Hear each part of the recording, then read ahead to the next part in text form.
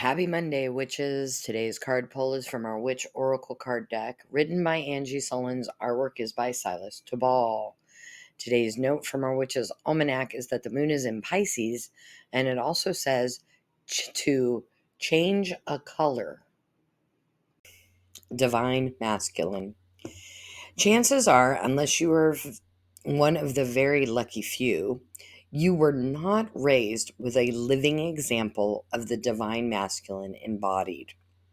The reason for that is because the men in our culture are also bombarded with messages of what they should and shouldn't be doing. They are required to ditch their inner feminine in order to be perceived as being tough and powerful.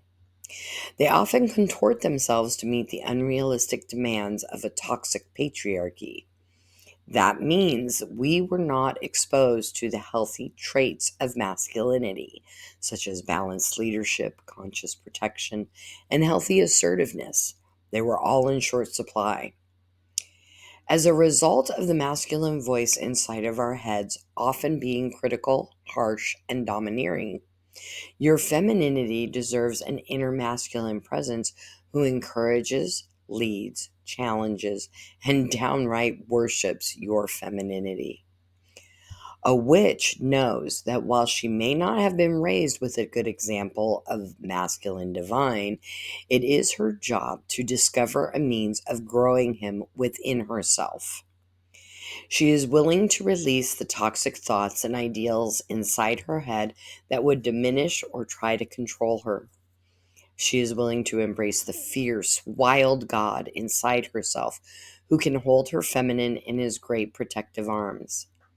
Now is the time to banish the drill sergeant of the psyche and formulate a new relationship to encourage the male presence inside of yourself.